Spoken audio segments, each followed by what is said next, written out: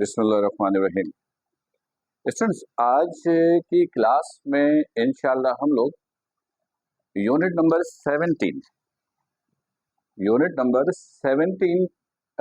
Second law of thermodynamics, इसके numericals इंशाल्लाह आज हम लोग सॉल्व करेंगे अपने इस लेक्चर में। तो बुक के आप ओपन कर लीजिए, बुक के खोलकर अपने सामने रखिए ताकि क्वेश्चन समझने में आपको आसानी हो।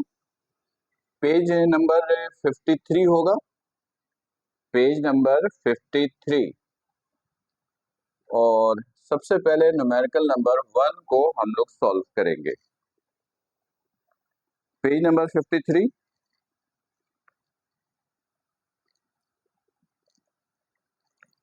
पेज नंबर 53, और इसके न्यूमेरिकल्स को हम लोग सॉल्व करेंगे।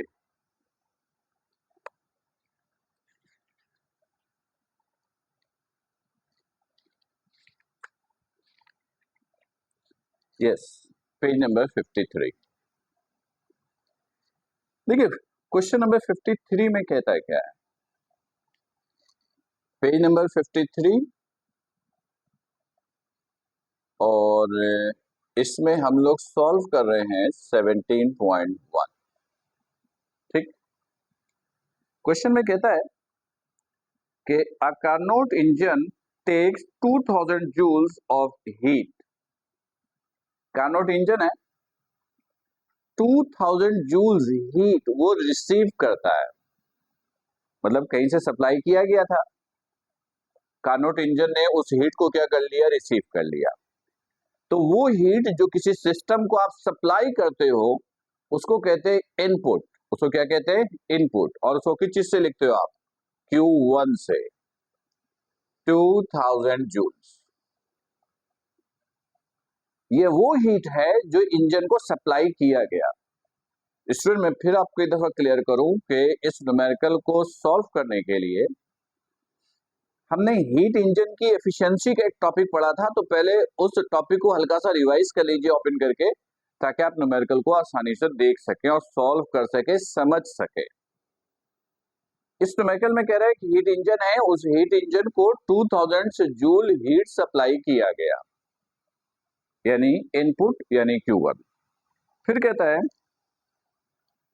From a reservoir at 500 kelvin. एक रिजर्वायर के जरिए, रिजर्वायर जहां हीट स्टोर हुआ होता है, एट 500 केल्विन, उस रिजर्वायर का टेम्परेचर जिससे हीट लिया गया, टेम्परेचर कितना है, 500 केल्विन, यानी इनपुट हॉट रिजर्वायर का टेम्परेचर। और हॉट रिजर्वायर के टेम्परेचर को हम लोग क्या लिखते हैं, T1।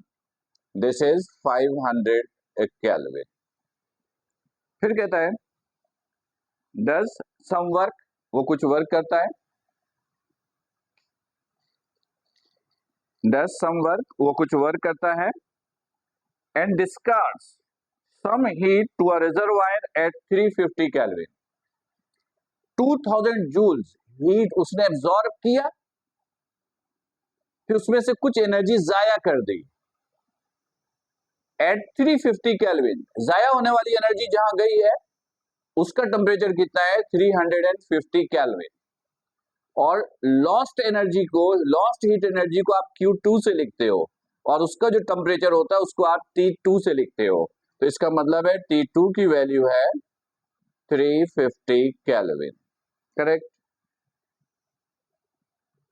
How much heat is discarded, कितना हीट जाया हो गया ये बता दीजिए। जाया होने वाले हीट को आप क्या लिखते हो, Q2, ये आपको मालूम करना है। फिर कहता है how much work does the engine do, engine ने कितना काम किया वो वर्क बताइए। पार्ट बी वर्क डन निकालनी है। Part see what is the efficiency of the engine, engine की एफिशिएंसी बताइए। राइट। क्वेश्चन में फिर रिपीट कर दूं, एक हीट इंजन है, एक रिजर्वायर के जरिए उसको हीट दिया गया, जो हीट अमाउंट दी गई वो 2000 केल्विन की है। उस रिजर्वायर का टेम्परेचर 500 केल्विन है। इंजन ने वो हीट लिया, उसमें से कुछ हीट उसने जाया कर दी। जाया होने वाली एनर्जी जहां कहीं भी गई वो कोल्ड रिजर्वायर और उसका टेम्परेचर है 350 केल्विन। आपको बताना यह है कि इंजन ने कितना हीट जाया किया, यानी Q2। पार्ट बी, इंजन ने कितना काम किया वो बताइए और इंजन की एफिशिएंसी बताइए। Question clear? ठीक है, देखिए सॉल्यूशंस पे। देखिए Q2 निकालने के लिए सिंपल आप फॉर्मूला ये इस्तेमाल कीजिएगा। जब हम लोग एफिशिएंसी का फॉर्मूला ड्राइव कर रहे थे तो मैंने आपको ये एक फॉर्मूला दिया था, Q2 over Q1 is equal to T2 over T1। याद है तो ठीक, नहीं है तो एफिशिएंसी का टॉपिक निकालिए और उसमें जरा सा देखिएगा तो ये फॉर्मूला आपको दिखेगा। T2 है, T1 है, Q1 है, तो यहां से आप क्या निकाल लीजिएगा, Q2, और इसका यूनिट लिखिएगा जूल। क्लियर? फिर इसके बाद वर्क डन निकालिएगा। वर्क डन के लिए ये सिंपल सा फॉर्मूला, Q1 माइनस Q2।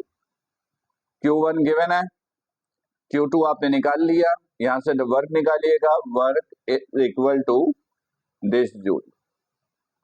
फिर एफिशिएंसी के लिए बहुत सारे फॉर्मूले, आप सिंपल ये यूज कर लीजिएगा, E is equal to 1 minus T2 over T1 into 100, ये यूज कर लीजिए। ये एफिशिएंसी का formula E is equal to 1 minus Q2 over Q1 into 100, वो यूज कर लीजिए। या efficiency is equal to W over Q1 into 100, ये यूज कर लीजिए। जो चाहे आप यूज कर लीजिए, हर एक से ये कैलकुलेशन हो जाएगी, राइट? तो जब एफिशिएंसी निकालेंगे तो ये लिखिएगा परसेंटेज में। क्लियर है? अगर कोई कंफ्यूजन हो तो न्यूमेरिकल को फिर नए सिरे से देखिए और कंफ्यूजन की सूरत में फिर आप उससे डिस्कस कीजिएगा। जो प्रॉब्लम आए उसे नोट कर लीजिएगा ताकि लाइव सेशन में आप उससे वो आप डिस्कस कर सके। क्लियर है? ओके, आते हैं क्वेश्चन नंबर 2 पर। क्वेश्चन नंबर 2 जो है इसका ताल्लुक एंट्रोपी से है। हमने एक टॉपिक पढ़ा था एंट्रोपी का, इसका ताल्लुक उसी से है। एंट्रोपी में हमने ये एक फॉर्मूला पढ़ा था, change in entropy is equal to heat energy, Q लिखिए, डेल्टा क्यू लिखिए, ओवर टी। ये एंट्रोपी का फॉर्मूला था, इससे रिलेटेड न्यूमेरिकल नंबर 2 है।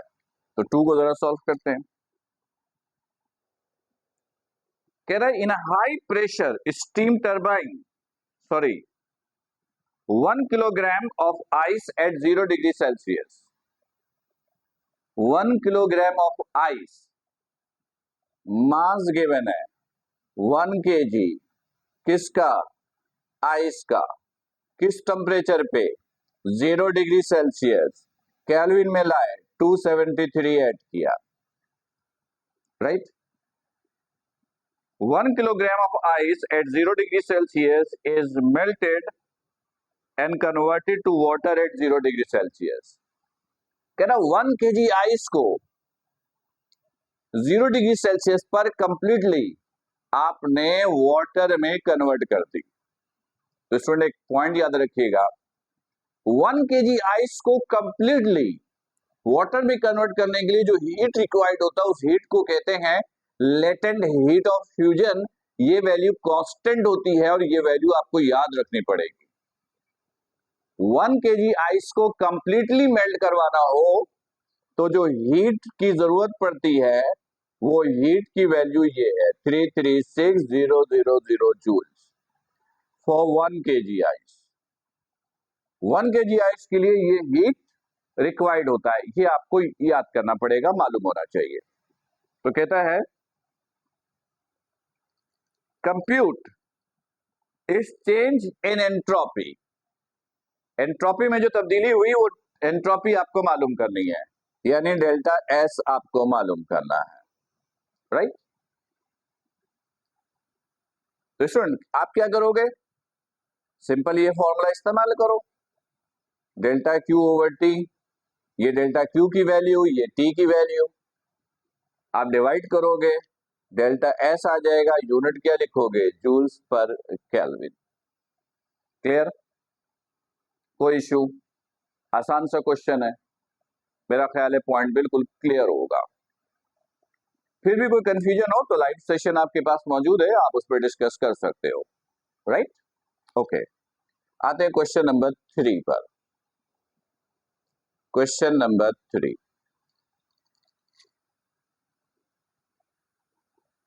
क्वेश्चन नंबर 3, क्वेश्चन नंबर 3 दोबारा हीट इंजन से रिलेटेड है। ये एक न्यूमेरिकल दरमियान में टॉपिक आया था, देखिएगा। नंबर 3 में कहता है, in a high pressure steam turbine engine, एक हीट इंजन है, the steam is heated to 600 degree Celsius, उसको हीट किया गया है 600 डिग्री सेल्सियस तक। हीट किया गया है यानी आपने हीट दिया है, इनपुट, और इनपुट यानी हॉट रिजर्वायर, और हॉट रिजर्वायर के टेम्परेचर को आप क्या कहते हो, T1। तो T1 है आपके पास 600 डिग्री सेल्सियस, इसको आप केल्विन में कन्वर्ट कीजिए, दिस इज 873 केल्विन। क्लियर, फिर कहता है, an exhausted at about 90 degree Celsius, steam engine ने हीट एब्जॉर्ब किया, उसमें से कुछ हीट जाया हो गई, और उसका टेम्परेचर 90 डिग्री सेल्सियस है, यानी कोल्ड रिजर्वायर का टेम्परेचर, और कोल्ड रिजर्वायर के टेम्परेचर को आप क्या कहते हो, T2, 90 डिग्री सेल्सियस। 273 ऐड किया तो ये हो गया 363 केल्विन। तो कहता है, what is the highest possible efficiency of any engine that operates between this two reservoirs. आपको मैक्सिमम एफिशिएंसी कैलकुलेट करनी है। क्या कैलकुलेट करनी है, मैक्सिमम एफिशिएंसी, इंजन की मैक्सिमम एफिशिएंसी। तो सिंपल ये फॉर्मूला यूज कीजिएगा, सिंपल ये फॉर्मूला यूज कीजिएगा। T1 T2 गिवन है, एफिशिएंसी निकालिएगा, और एफिशिएंसी का यूनिट तो कोई नहीं, ये परसेंटेज में होता है। क्लियर है, कोई इश्यू, ओके, ये तो आसान सा था। क्वेश्चन नंबर 4, उसे भी सॉल्व कर लेते हैं।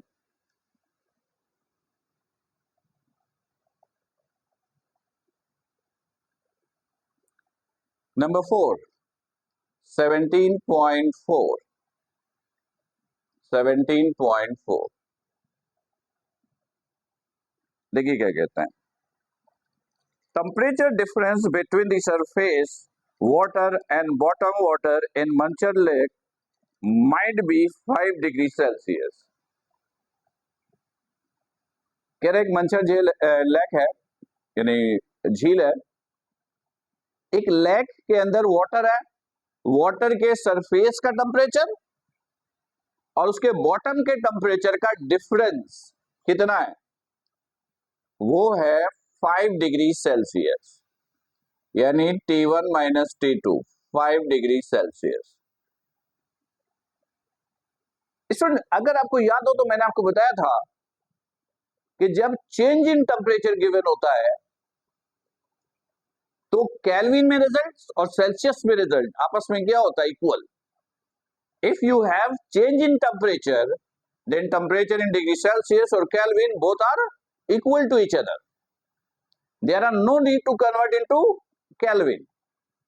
तो इस न्यूमेरिकल के अंदर यही कह रहा है कि the difference of temperature at surface of the lake and at bottom is 5 degree Celsius. Lake है, झील है, उसके सरफेस का टेम्परेचर और बॉटम के टेम्परेचर का डिफरेंस 5 डिग्री सेल्सियस है। अगर मैं आपसे पूछूं what is the temperature in kelvin, you will say same 5 kelvin, यानी चेंज इन टेम्परेचर सेल्सियस में और केल्विन में क्या होता है, इक्वल। फिर क्या कहता है, assuming the surface water is to be 20 degree Celsius, surface पे जो वाटर है उसका टेम्परेचर 20 डिग्री सेल्सियस है, यानी T1 20 डिग्री सेल्सियस। केल्विन में लाने के लिए 273 ऐड किया, दिस इज 293 केल्विन। देखिए स्टूडेंट, ये पॉइंट जरा क्लियर कीजिएगा। क्वेश्चन में पहले वो क्या कह रहा था कि सरफेस और बॉटम के टेम्परेचर का डिफरेंस, तो हमने कहा T1 minus T2। Change in temperature का रूल ये है कि बड़ी वैल्यू में से छोटी वैल्यू माइनस करते हैं, तो हमने T1 माइनस T2, इंजन के टॉपिक में याद होगा T1 always be greater than T2, T1 हमेशा ज्यादा होगा T2 से, तो इसका मतलब है ये बड़ी वैल्यू है। और ये सरफेस का टेम्परेचर था, सरफेस और बॉटम के टेम्परेचर का difference, surface T1 bottom T2, फिर सरफेस का टेम्परेचर दिया 20 मतलब T1, इसको आपने केल्विन में कन्वर्ट कर ली। तो कहता है what is the maximum efficiency of the engine, what is highest efficiency a heat engine could have if it operate between these two temperature। Engine इन दो टेम्परेचर पे वर्क कर रहा है, आपको उस इंजन की एफिशिएंसी कैलकुलेट करनी है, यानी एफिशिएंसी आपको निकालनी है। तो सिंपल ये फॉर्मूला यूज कीजिएगा, आसान न्यूमेरिकल है, 1 minus T2 over T1 into 100, तो E इज इक्वल टू, इसका एलसीएम लीजिएगा, LCM is T1 minus T2, this is 100, तो E is equal to T1 minus T2 is 5 kelvin, 5 and T1 is 293 and this is 100। Solve करेंगे, ये efficiency आ जाएगा 10%। Clear, आसान सा numerical है। अब जरा मेरी बात सुन लीजिएगा, अभी इस सेगमेंट में हमने 4 न्यूमेरिकल सॉल्व किए, कितने? 4। इन चारों में जो पहला न्यूमेरिकल था वो पेपर में आने के काबिल है, यानी वो पेपर में आ सकता है, जिसको आप इंपॉर्टेंट बोलते हो। बाकी जो 3 न्यूमेरिकल हमने किए वो फिलहाल इंपॉर्टेंट नहीं है, लेकिन प्रैक्टिस के लिए बड़ा अच्छा न्यूमेरिकल है, और प्रैक्टिस जरूर कीजिएगा, पेपर में कभी कभार सरप्राइज भी मिलती है। अच्छा, अब स्टूडेंट ये बता दूं कि अब आगे के जो न्यूमेरिकल इस चैप्टर में है उसमें बड़े इंपॉर्टेंट न्यूमेरिकल्स भी इंक्लूड है। तो पहला मोस्ट इंपॉर्टेंट न्यूमेरिकल वो है नंबर 5, जो हम देखते हैं अगले सेगमेंट में। क्लियर? तो फिलहाल ये लेक्चर तो हम यहीं पे रोक रहे हैं, अगला न्यूमेरिकल हम अगले लेक्चर में करेंगे। ओके, थैंक यू, अल्लाह हाफिज, अस्सलाम वालेकुम।